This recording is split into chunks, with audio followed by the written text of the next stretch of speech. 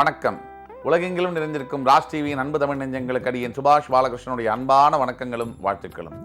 இன்று 27 மே 2024 தேதி தேய்பிரையில் வரக்கூடிய சதுர்தசி திதியில் சந்திராஷ்டமம் என்பது கிருத்திகை மற்றும் ரோகிணி நட்சத்திரங்களுக்கு வருகிறது.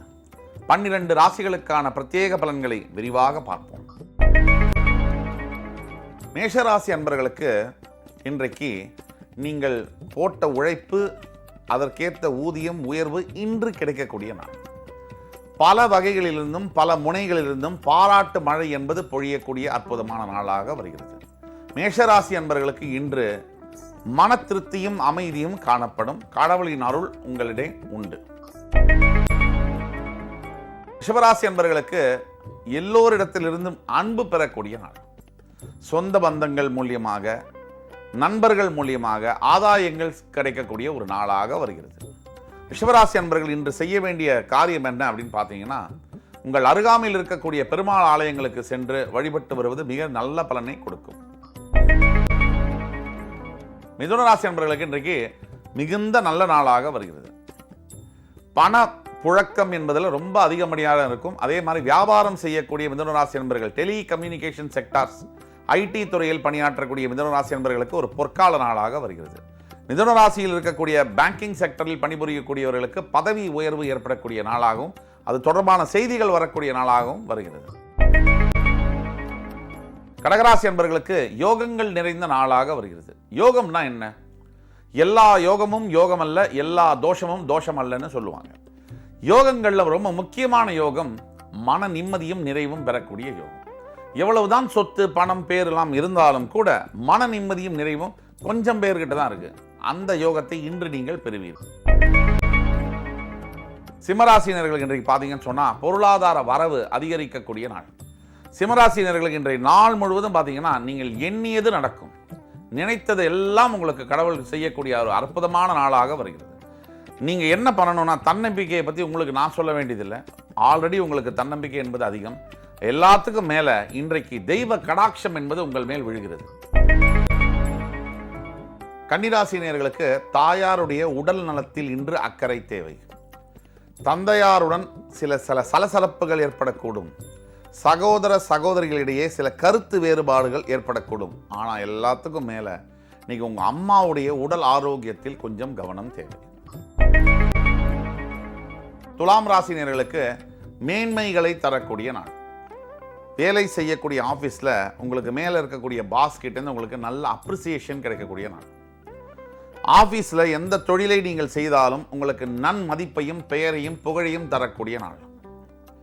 முருகப்பெருமானை வழிபடுவது நல்லது. அருகாமையில் இருக்கக்கூடிய முருக ஆலயங்களுக்கு சென்று அர்ச்சனை செய்வது மிக மிக நல்லது. விருச்சிகராசினியர்களுக்கு இன்றைக்கு சிந்தனைகளை தூண்டக்கூடிய நாள்.